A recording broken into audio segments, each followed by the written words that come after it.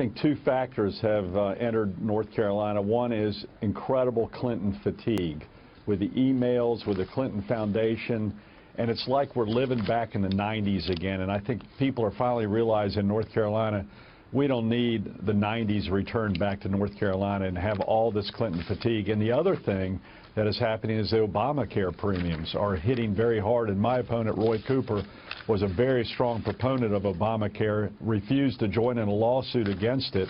And now Obamacare is just disastrous for North Carolina with premiums going up over 30%. So Clinton fatigue, Obamacare, okay. I think both the president and Hillary and Joe, they're all coming here as much as possible to try to get the Democrats enthusiastic, but we don't see it happening on the ground. So we've been talking about the early vote count, and one of the things that has been noticed clearly is that the early vote among black voters in North Carolina is down. At this point, the last time around it was at 27%. Now it's at 22%. And some are criticizing your state, saying that the closing of some of those early voting areas is what is causing that. What do you say? Absolutely not true. In fact, we extended the hours for some of the voting. But there are fewer places to go, correct?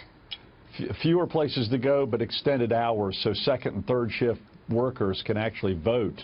And that's very, very good news for North Carolina. But the extended hours, even as we've extended the number of locations during the past week throughout North Carolina, we've seen no real pattern change regarding North Carolina voters, and I think it is really due to Clinton fatigue. And, you know, when President Obama was on the ballot, there was a passion there with a lot of voters. But now that he's not on the ballot, no matter how much he tries to tie it to his legacy, they know it's all about Hillary Clinton and Roy Cooper and others that will just bring in the old good old boy system back to inefficient politics, high taxes, and Obamacare, which is just really causing some serious problems here and many other states.